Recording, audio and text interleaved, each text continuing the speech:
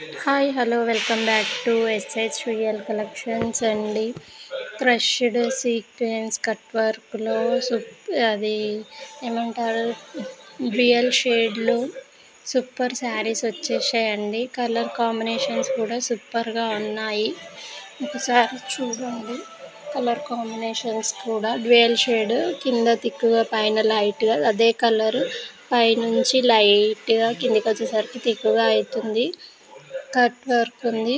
Work కూడా చాలా అంటే చాలా నీట్గా ఉంది వర్క్.